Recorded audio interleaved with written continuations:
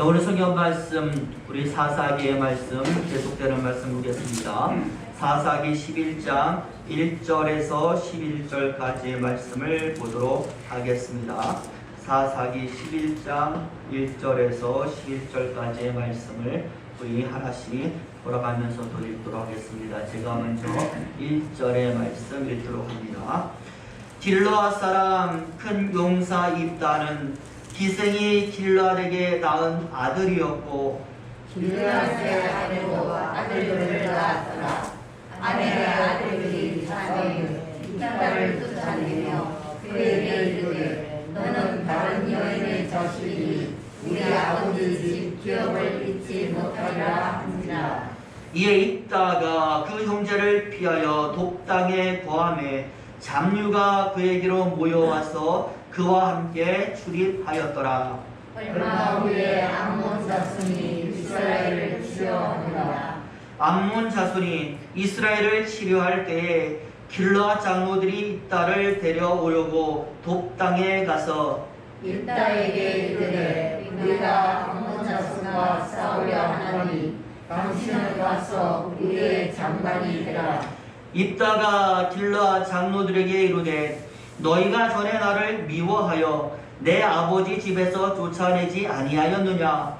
이제 너희가 환난을 당하였다고 어찌하여 내게 왔느냐? 길르앗 장로들이 입다에게 대답하되 이제 우리가 당신을 찾아온 것은 우리와 함께 가서 암몬 자손과 싸우게 하려 하니 그리하면 우리 길르앗 모든 농민의 머리가 되리라. 이따가 길르앗 장로들에게 이르되 너희가 나를 데리고 본향으로 돌아가서 암몬 자손과 싸우게 할 때에 만일 여호와께서 그들을 내게 붙이시면 내가 과연 너희 머리가 되겠느냐?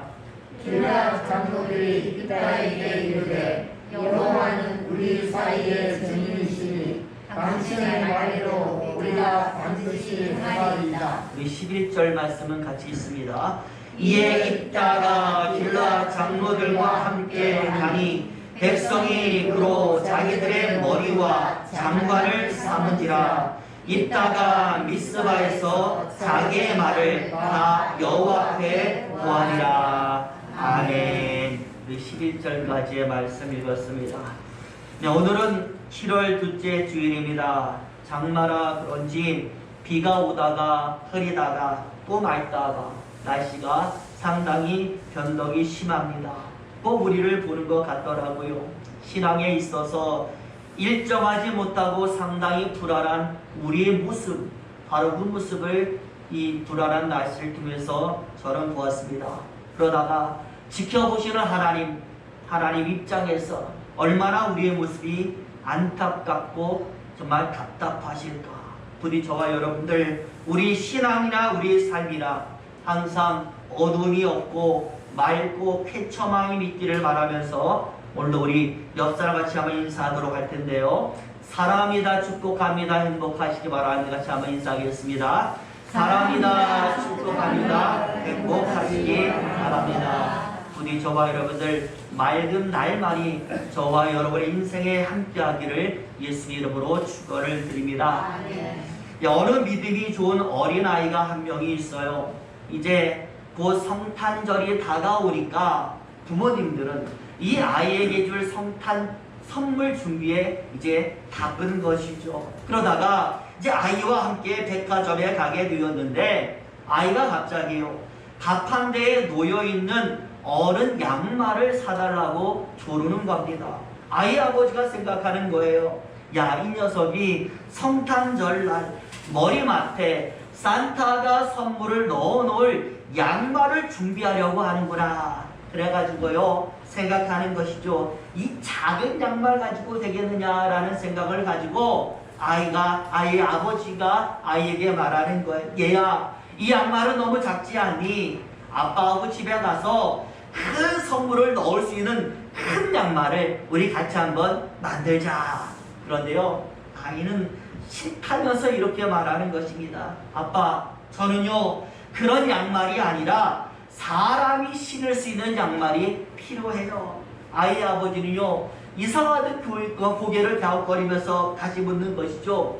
아니 그럼 네가 신을 수 있는 작은 양말을 사야지 왜 어른 양말을 사려고 하는 것이니? 아이가 대답을 하는데요. 아빠는요 크게 감동을 받았어요. 이렇게 말합니다. 제가 교회에서 예수님 사진을 봤는데요. 십자가 위에 예수님께서 양말을 신고 있지 않았어요. 그래서 저는요 예수님이 얼마나 추우실까 생각을 하다 보니 예수님께 양말을 사서 신겨드리기 위해서 저에게는 어른 양말이 필요해요 라고 말합니다. 예수님께 드리려고 제가 이 양말을 사는 거예요. 여러분, 아이의 마음이 얼마나 순수하고 아름답습니까? 아버지는요 자신을 돌아보는 거예요. 야, 나는 지금까지 믿음 생활하면서 과연 내 아이의 말처럼 이렇게 순수하게 예수를 믿고 섬겼는가라는 생각을 하니까 반성도 되고 감동도 하게 된 것입니다. 여러분 그렇습니다. 예수를 믿는 모든 성도의 마음은 바로 이렇게 아이처럼 순수하고 선하게 우리 예수님을 보아야 될 줄로 믿습니다. 오늘 우리가 계속되는 이스라엘의 사사와 관련한 말씀을 읽었습니다. 오늘 살펴볼 사사가 누구입니까? 바로 입다라고 하는 사사라고 나와 있죠. 마찬가지로 참 어려운 국가적인 상황 속에서 사사로 세워진 입다가 이스라엘 백성을 구원하게 되는 겁니다. 블레셋과 암몬이 힘을 합쳐서 쳐들어오는데 바로 그 쳐들어오는 대적들을 향하여 맞서 싸워서 입다는 이스라엘 백성들을 구원한 것입니다. 오늘 본문은 바로 이 입다가 세워지는 과정을 자세하게 설명하는 내용이 되는 것이죠. 마찬가지로요 오늘 본문 속에 보여지는 교훈이 있습니다. 두 가지 교훈이 나오는데요. 하나는 오늘 사사로 세워진 입다를 통해서 보여지는 교훈이 하나가 있고, 또 하나는 입다를 찾아오는 장로들이 있잖아요. 그 길라 장로들을 통해서 보여주는 교훈이 또 하나 나와 있습니다. 그래서 하나 살펴보니까 먼저 입다는요 성경학자들이 이렇게 말합니다. 탄생의 한계를 뛰어넘은 사람이다. 어떤 의미인가 하면 우리 1절 말씀 같이 한번 읽어볼 텐데요. 1절 말씀이 이렇게 나와 있습니다. 같이 한번 1절 읽어보도록 하겠습니다. 시작.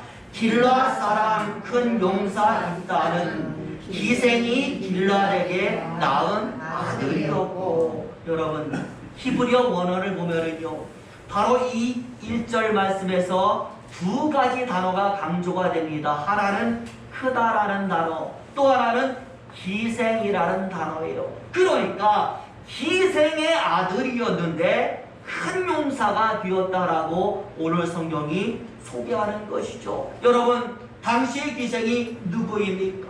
오늘말로 따지자면 몸을 파는 창녀가 바로 기생이 되는 거예요.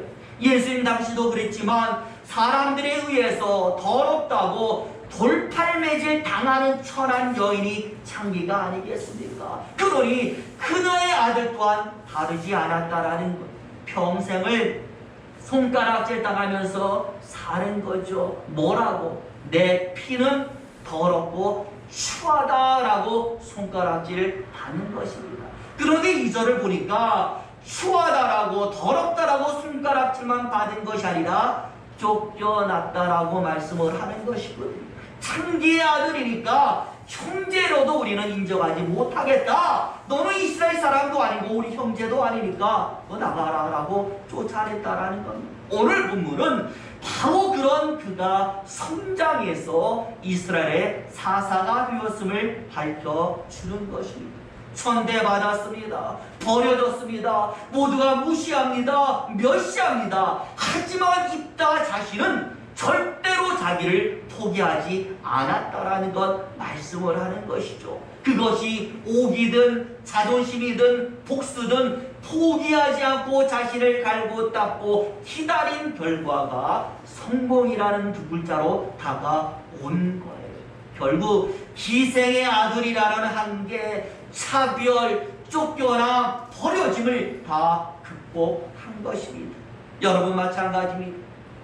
사람은 모두 다 한계가 있습니다. 제약이 있습니다. 지독실에 못생기게 태어난 사람도 있고요. 유독 키가 작게 태어난 사람도 있고 장애를 안고 태어나는 사람도 분명 존재해요. 부모가 없는 가정, 이혼한 가정, 지독실이 가난한 가정. 나는 원하지 않았지만 태어나고 보니까 한계가 있고 제약이 있고 어려움이 있고 세상에 이런 사람 얼마나 많이 있습니다. 우리도 마찬가지예요. 크고 작음의 차이가 있지 다 가진 한계가 있고 제약이 있고 약점들이 존재하는 겁니다. 중요한 것은 그럼에도 불구하고 약점이 있고 제약이 있고 한계가 있는데 그것을 넘어서 성공하고 뭔가를 이루고 포기하지 않고 나의 인생을 행복하게 만드는 것, 여러분 이것이 중요한 것 아니겠습니까? 그저 한계가 있다고 뭔가 안 된다라고 포기하기보다도 그것을 넘어서 내가 뭔가를 이루어가는 것이 바로 우리 인생의 목표가 되어야 하는 것입니다.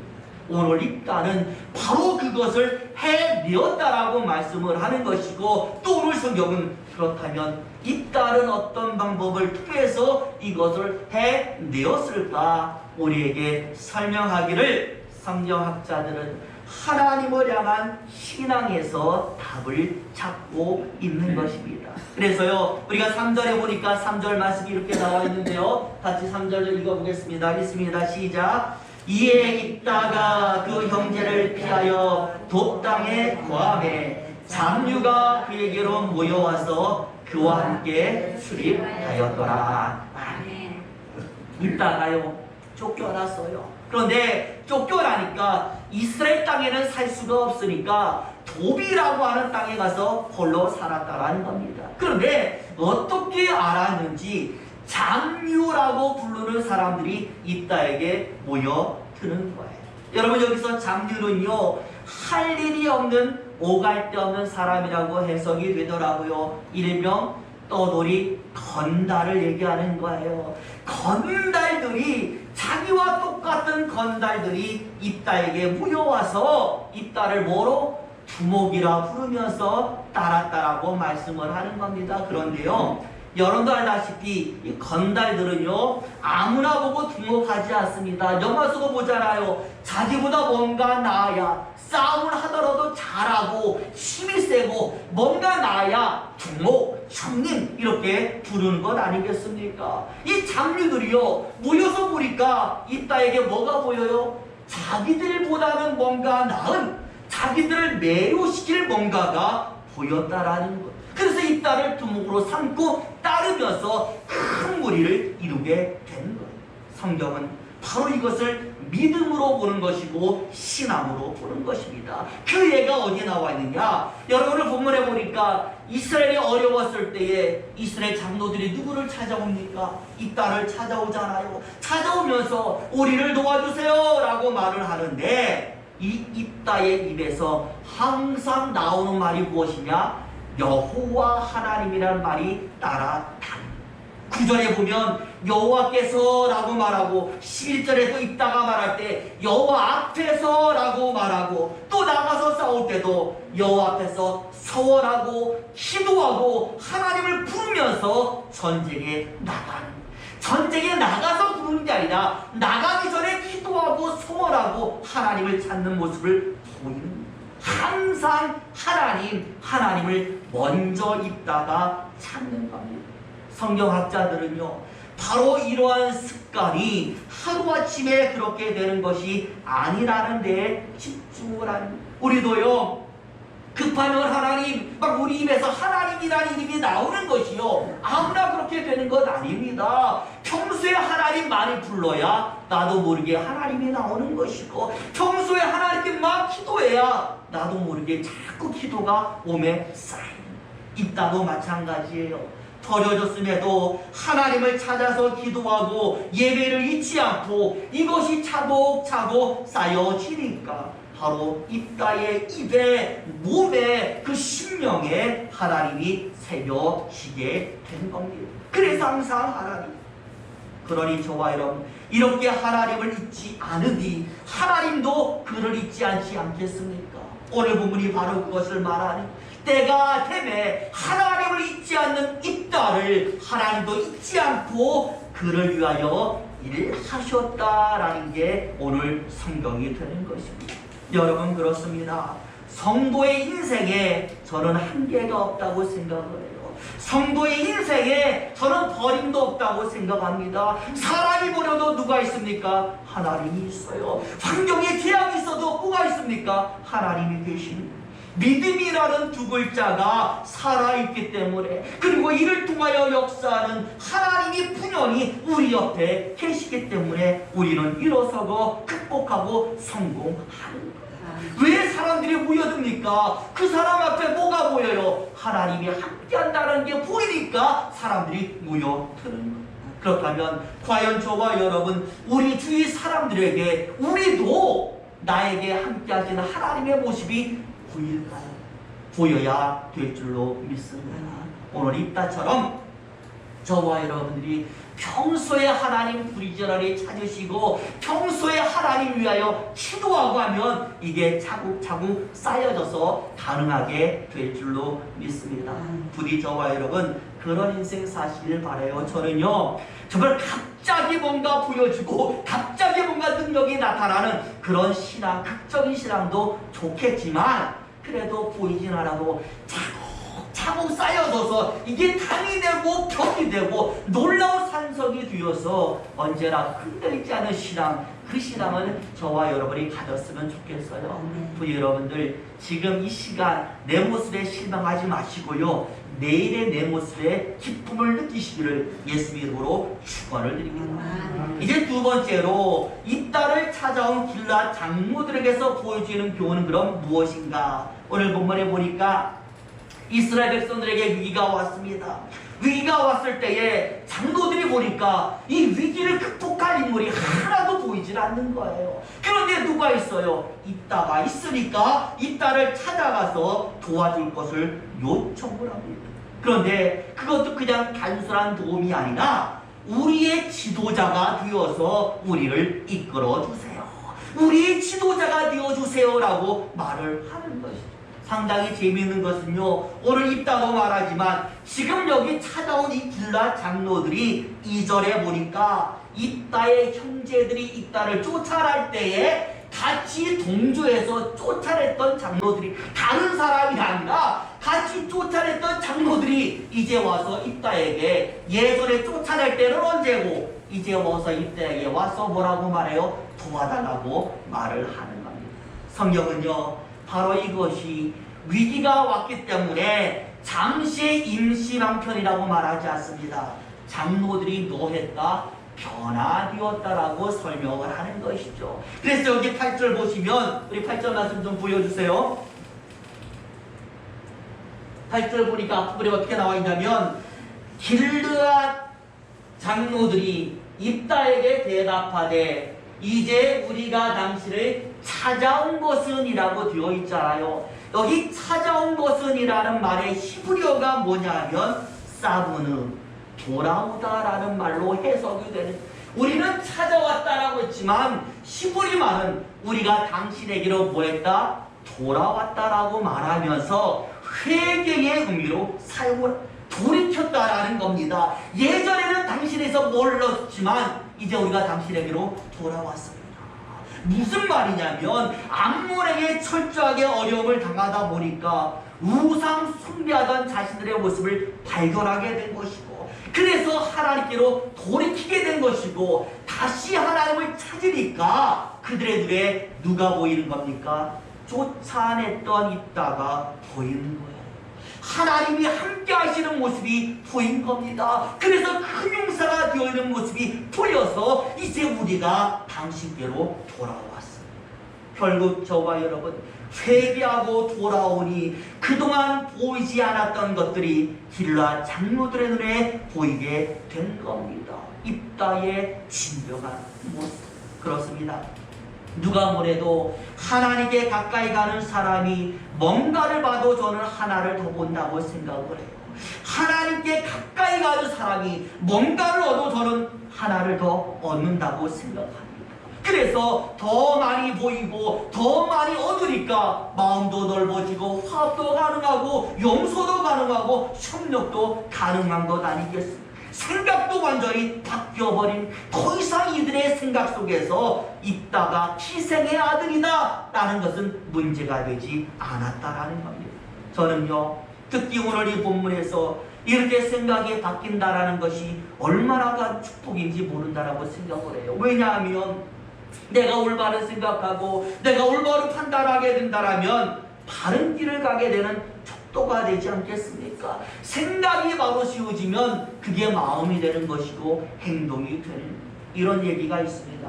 어느 수도원에요, 참 덕망이 높은 수도사가 한 명이 있었어요. 그러다 보니까 이 수도자를 따르는 제자들이 상당히 많았거든요. 어린아이들을 다 보내가지고 어릴 때부터 올바른 것을 배우도록 만든 거예요. 그런데 많은 제자들 가운데서 이 수도사가 참 아끼고 사랑하는 아이가 하나 있어요.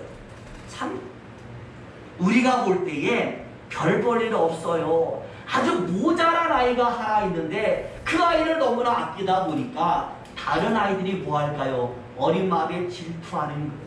내가 봐도 나보다 못났는데 수도사가 맨날 예쁘다 예쁘다 하고 자기는 예쁘다 한 소리 안 하니까 질투가 쌓여가지고요, 어느 날 아이들이 데모를 해요. 불만을 막 퍼. 수도사님 왜 우리에겐 이쁘다 안 하고 쟤만을 예뻐하세요 라고 말하니까 어느 날 수도사가 아이들을 다 불러가지고 오늘 내가 왜 이 아이를 특별히 아끼는지를 너에게 알려주겠다라고 하고는 하나의 숙제를 내는, 그 숙제가 뭐냐면요, 아이들 모두에게요 작은 새 한 마리를 나누어주고는 이야기하는 것이, 너희들 모두 저녁이 되기까지 어디 몰래 아무도 보지 않는 곳에 가가지고 이 작은 새를 죽이고 와라. 아이들도 깜짝 놀랐어요. 수도사가 난데없이 새를 죽이라 그러니까 왜 이런 일을 시키는지는 모르지만 그래도 누가 시켜요? 선생님이 시키니까 아이들 나름대로 다 누가 안 보는 곳을 찾아가가지고요 그 작은 새를 다 죽이고 저녁에 식당에 모이는 거예요. 그런데요, 이 모자란 아이가요 작은 새 한 마리를 계속 손에 쥔 채로 식당에 헐레벌떡 돌아오는 것이죠. 다들 비웃는 거예요. 저거 봐라, 저 정말 바보 아니야. 저 작은 일도 쟤는 저렇게 하지를 못해. 수도사가 묻는 것이죠. 너는 왜 내가 시키는 대로 하지 않았니? 라고 물었더니 아이가 이렇게 말을 했다라는 거예요. 네 수도사님, 제가요 수도사님 말대로 아무도 안 보이는 곳에서 새를 죽이려고 했는데요, 아무리 조용하고 으슥한 곳을 찾아도 하나님이 다 보고 계셨어요. 하나님이 보고 계시니까 저는 도저히 이 새를 죽일 수가 없었어요 라고 말합니다. 수도사가 아이들을 보면서 이렇게 말합니다. 보았느냐? 이것이 바로 내가 이 아이를 아끼고 사랑하는 이유다. 무엇의 차이겠습니까? 생각의 차이인 줄 믿습니다. 아이는 비록 모자랐지만 그 생각 속에 누가 있어요? 하나님이 계신 것이죠. 여러분 마찬가지입니다. 생각은 마음을 지배하고 마음은 우리의 행동을 지배합니다. 과연 저와 여러분의 생각과 마음은 무엇이 지배하고 있습니까? 저는 하나님의 말씀이 지배하기를 소망합니다. 하나님을 찾는 모습을 우리가 잊지 않으면 이것이 가능하게 됩니다. 오늘 입다는 바로 어떤 한계와 제약도 뛰어넘는 그런 놀라움을 바로 이것을 통하여 우리에게 보여주고 있습니다. 우리 저와 여러분, 우리 마음과 생각 속에 하나님의 말씀이 가득 차고, 그래서 그것이 우리 믿음이 되고 신앙이 되어서 오늘 입다와 같이 우리 앞에 있는 모든 난제들을 다 해결하고 극복하고 성공하시기를 부디 예수의 이름으로 축원을 드립니다. 기도하겠습니다.